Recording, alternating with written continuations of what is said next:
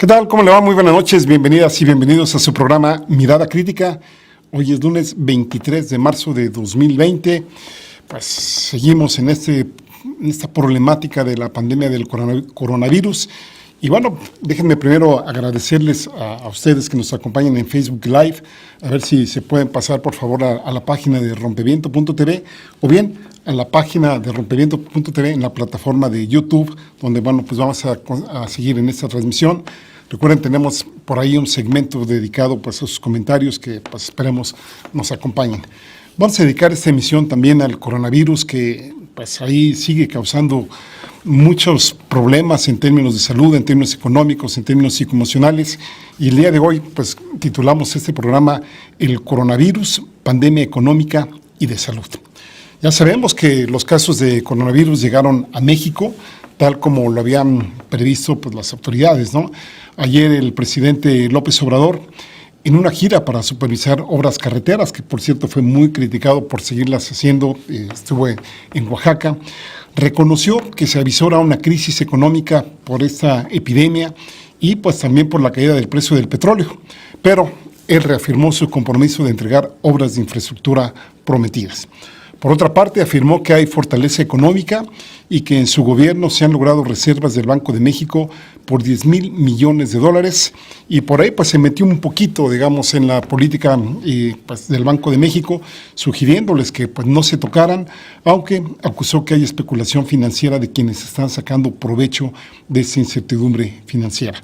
Textualmente dijo que aunque ha habido inestabilidad y depreciación de la moneda, hoy por ejemplo pues cerró en 25.68 pesos por un dólar, ¿no? Dice López Obrador que él ha sugerido, siendo respetuoso de la autonomía del Banco de México, que se cuiden esas reservas, que no se intente detener la depreciación del peso sacando esas reservas, que nos aguantemos, que tengamos confianza, que si seguimos trabajando con honestidad, con austeridad, con eficiencia, vamos a poder enfrentar la crisis y vamos a poder salir adelante. Dice el presidente que estamos cuidando que no se caiga mucho la economía porque vamos a salvar este obstáculo del coronavirus y que pues no se quiere que se quede la economía muy deteriorada, que no se deprecie mucho el peso, que no tengamos desempleo y que podamos pronto recuperarnos. Ojalá haya los instrumentos y pues la política conducente para que pues un desastre que se viene ya previendo no solo en México, sino pues prácticamente a nivel planetario. La semana pasada fue de pesadilla para muchas monedas en el mundo y también lo fue para el peso mexicano. En los últimos 8 días, sin contar el día de hoy, perdió 13.3% de su valor frente al dólar estadounidense. Recordemos que en enero, hace 3 meses, menos de 3 meses, se cotizaba alrededor de los 18-19 pesos por un dólar. Y esta semana inclusive superó los 25 pesos por un dólar. Les decía, hoy cerró con 25.68 y pues cada día que va subiendo pues se le considera un máximo histórico. Esto a pesar de que el Banco de México, de ahí yo creo que fue la recomendación del presidente, le inyectó a la economía 4,000 millones de dólares en los mercados cambiarios y redujo también en 50 puntos base la tasa de interés para ponerla de 7, digamos que estaban las tasas de interés a 6.5, sin que aún con eso se haya logrado frenar por el momento la debacle de nuestra moneda debido a las expectativas que se tienen en el futuro inmediato del país, básicamente producidas por el efecto de esta pandemia y pues hemos visto también, además de esto, ya ven que a veces pues se van juntando las cosas, una pronunciadísima baja del precio del petróleo. Hoy más o menos anda en 14 dólares por barril, pero pues ya se ve que de acuerdo a las confrontaciones que ha tenido Arabia con Rusia, por ejemplo, por la sobreproducción que está habiendo, que puede llegar inclusive a los 10 dólares por barril. También habría que tomar en cuenta la posición o el posicionamiento, vamos a decirlo de una mejor manera, de las calificadoras internacionales que pues están estimando una contracción de nuestro Producto Interno Bruto, es decir, este indicador que mide el crecimiento económico, pues muy pronunciado, ¿no? Digamos, en el mejor escenario, una reducción de 1.5 y en el peor escenario de 4.5%, lo cual pues seguiría acentuando la posibilidad de continuar en una recesión económica. Por un lado, se considera histórica el que se dé esta situación en los últimos 90 años, por el hecho de que pues, hasta hace mucho, estamos hablando de 1929, 1930, no había habido en 2 años seguidos un decrecimiento en el Producto Interno Bruto. En aquella época de 1929-1930, recordemos que fue la época de la Gran Depresión, ahí cayó primero en 1929 en 0.4% del PIB y el año siguiente en 3.6%. Ahí también recordemos que México acababa de salir pues, de la época revolucionaria y que un año antes, estamos hablando de 1928, pues todavía seguía habiendo ajuste de cuentas entre los grandes líderes de aquí del país. Recordemos que en ese año fue el asesinato de Álvaro Obregón. También habría que recordar que con Felipe Calderón, estamos hablando de los años 2008-2009, hubo una caída no del 1%, no del 4%, sino del 6.5% del Producto Interno Bruto.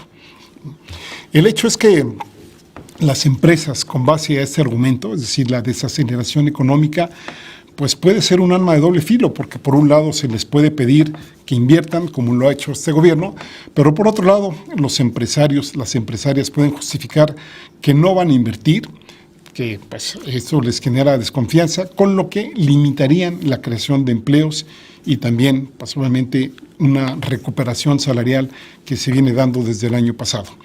El presidente ha mencionado que su gobierno está preparado, que se tiene lo necesario para salir de esta crisis, incluyendo, dice el presidente, todo el dinero que se necesita. Pues aquí estaríamos hablando de las reservas internacionales que tiene el Banco de México y también finanzas públicas sanas hasta el momento. Aquí viene una discusión porque para muchos analistas México tendría que endeudarse otra vez, que no nos debería de espantar esto, para impulsar la economía.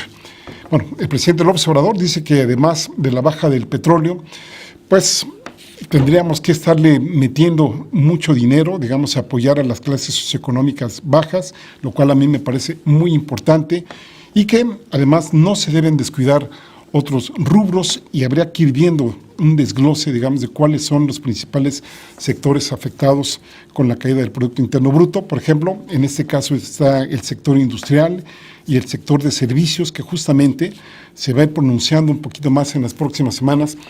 Por un lado, por la desaceleración de importaciones de bienes y también a medida que se vayan dando más restricciones en términos pues, de no salir de las casas y que se visiten lugares públicos.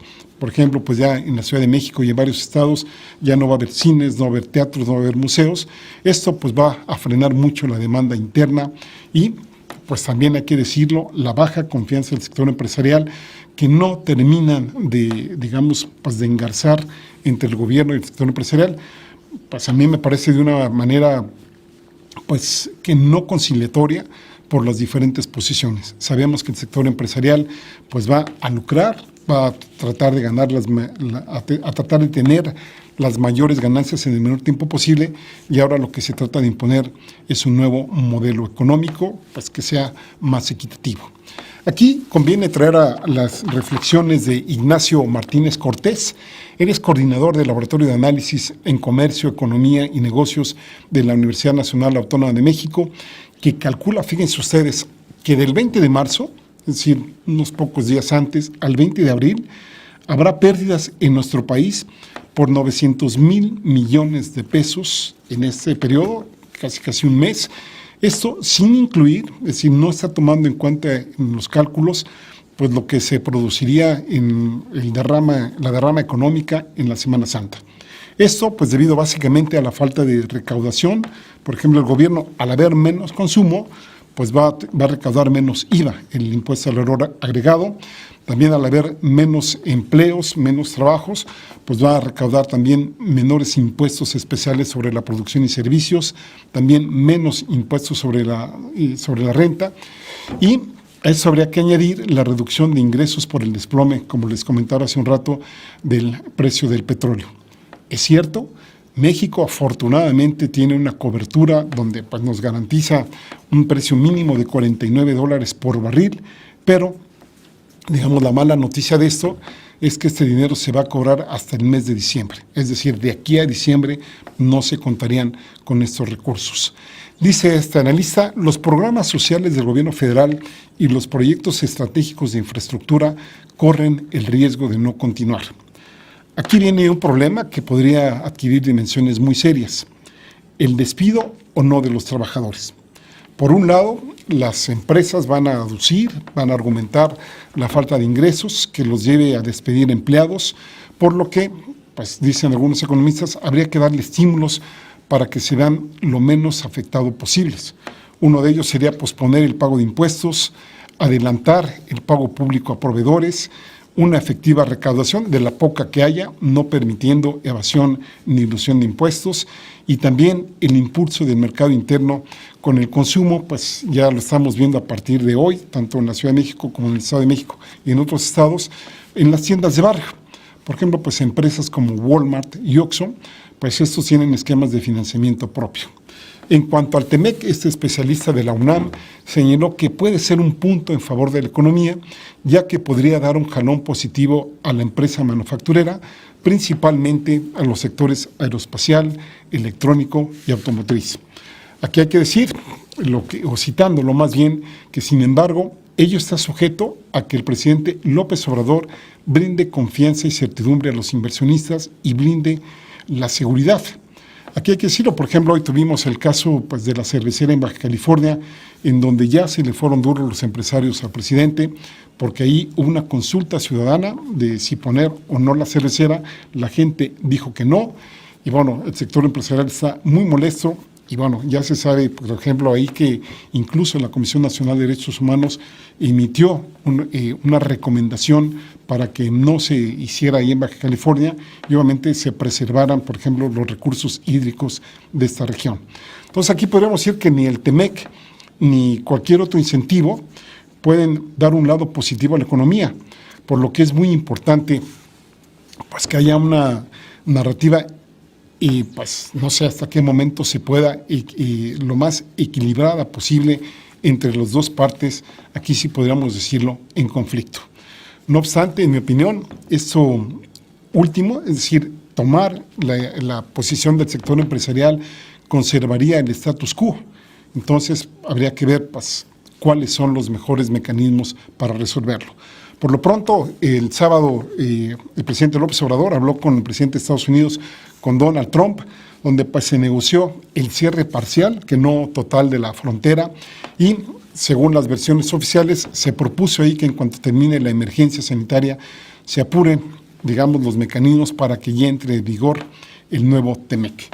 Por su parte, pues en la en la Ciudad de México, la doctora Claudia Sheinbaum anunció que a partir del lunes 23 de marzo, es decir, a partir de hoy y hasta el 19 de abril, se suspenderán las actividades en lugares públicos como zoológicos, iglesias, cines, teatros deportivos, cendis, etcétera. Esto también lo hizo hoy el gobierno del Estado de México y pues hasta ya quedaron cerrados también baños de vapor y gimnasios.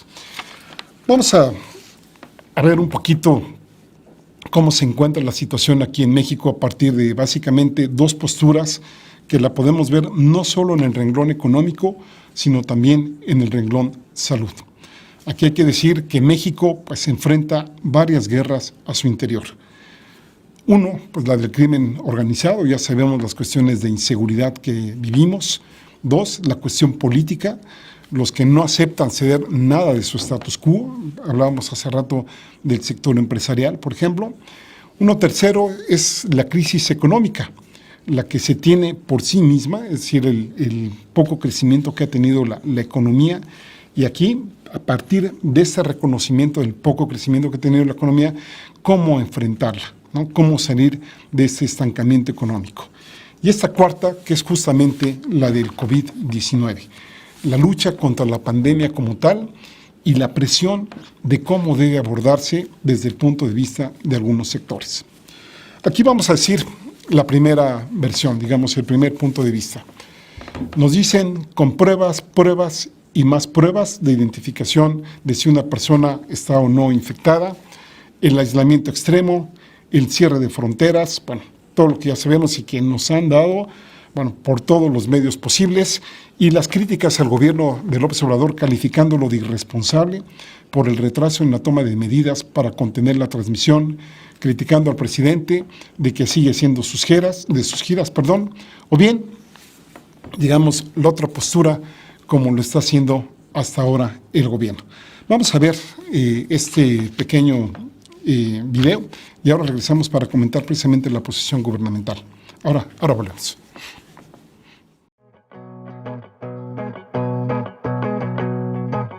Precisamente, y lo seguiremos diciendo, entendemos la legítima inquietud de un segmento importante de la población que al ver noticias, al ver como referencia visual o de conocimiento las experiencias de otros países, está pensando en que es posible hacer una suspensión absoluta de actividades de la movilidad pública, de las actividades económicas, sociales, etcétera.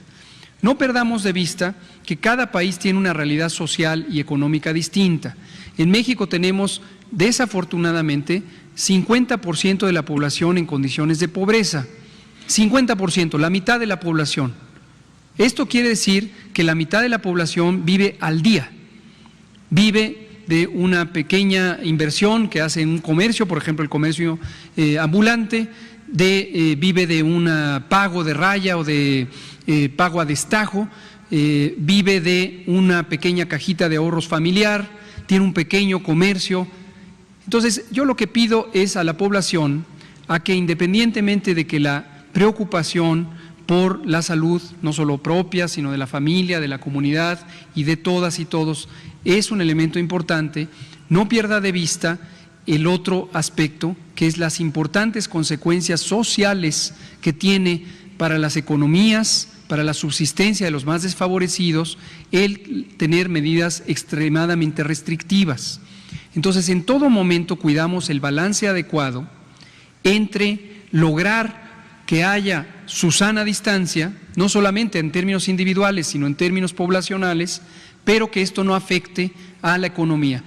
Familias enteras se pueden ir a la quiebra total y padecer una situación de falta de capacidad de sustentación si tomamos medidas que sean extraordinariamente extremas. Y por último, cada quien puede visualizar que todos dependemos de todas esas familias y de todas esas pequeñas economías. Alguien produce los alimentos que uno se come, alguien fabrica la ropa que uno se pone, alguien proporciona los servicios que uno adquiere y todos dependemos de todos. Si asfixiamos la economía del país, si asfixiamos a la sociedad, esto puede tener consecuencias devastadoras, mucho más graves que la propia epidemia del coronavirus. En todo momento, y cuando digo en todo momento es diariamente, hacemos una reflexión basada en evidencia para ir calibrando apropiadamente el momento de ir de más o esperar un poco más. Y cito a la doctora Sheinbaum, quien hace pocos días dijo todo a su tiempo. Y así lo estamos haciendo con ese cuidado para que no haya afectaciones innecesarias, pero también para que no haya retardo en la respuesta. Como hemos señalado, México ya se ha adelantado 15 días respecto a lo que le tocó vivir a varios países europeos y por eso sabemos que vamos a tener un manejo mucho más efectivo de la epidemia. Muchas gracias.